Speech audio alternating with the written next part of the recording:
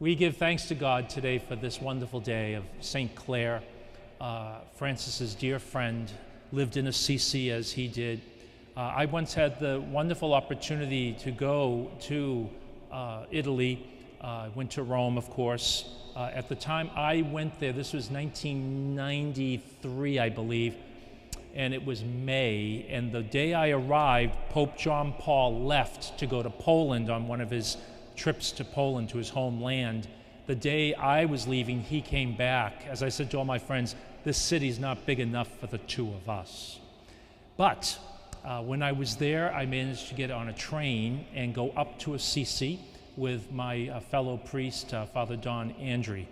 And we got up there on our own, endured many strikes on the trains in between. It took a long time to get there because there were these national strikes. Italy's a very interesting place with all these national strikes that happen, and then they start up again.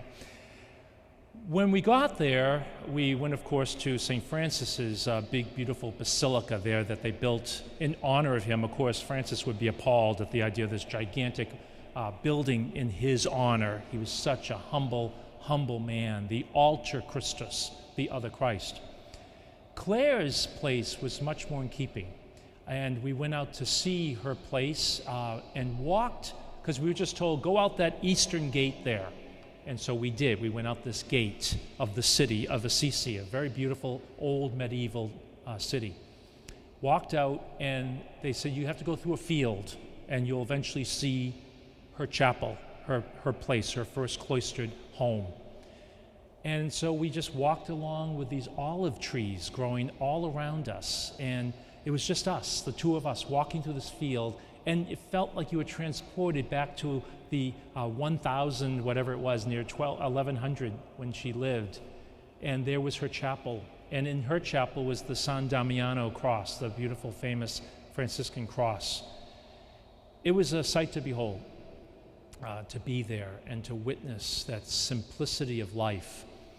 There's a beautiful scene from Francis, the movie about St. Francis, Father, Son, Sister, Moon, by Franco Zeffirelli. It's one of my favorite musicals. It just has this wonderful photographic scene, many scenes. And one of them is a magnificent scene where Francis, whose feast day, as you know, is October 4th, is not going to be celebrated this year because it falls on a Sunday. So we won't be able to honor him. So I'm saying something about Francis as well as Clare.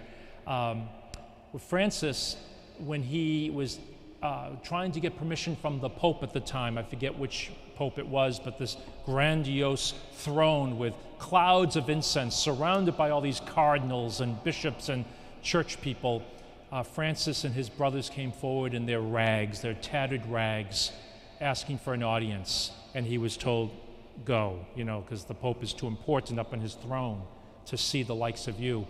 But as he was leaving, the Pope suddenly caught eye of this man and realized who he was, and he had heard about Francis and Clare and other followers of this very poor way of life. He stomped down off the throne and came up to Francis, yelled at him to wait. And he came up to him, put his arms around Francis and said, your poverty shames us. It's one of the most powerful scenes I've seen in the movie that just really speaks to the heart of the message of Jesus, of being a little one. Francis and Clare called their brothers and sisters little ones. That's what they were. They were little ones. Francis probably had no intention of his men becoming priests in the church, but to stay as brothers who serve the poorest of the poor. Clare herself lived that way, as well as in isolation, in poverty with other women. At the time, probably would have been hard for her to go out with other women and to beg. They had their ways of getting their supplies for them in their own cloister. But Clare was an exceptional person to be a woman of great wealth herself from a wealthy family like Francis, and to let it all go. She loved Francis's message. They had that sense of the psalm today that we get from 119th Psalm, how sweet to my taste is your promise. They really embraced poverty in such a way, as Francis would say, it was Lady Poverty, that sense of a wonderful union of love, of letting go of all kinds of things, keeping it very simple. their message is a great one for all of us. So I give thanks to God for Claire today, for her example to all of us, as well as Francis. And we pray for our own ability to be little ones, as Jesus calls us to all be, to have that sense of being close to God in a simplicity of heart and poverty of spirit.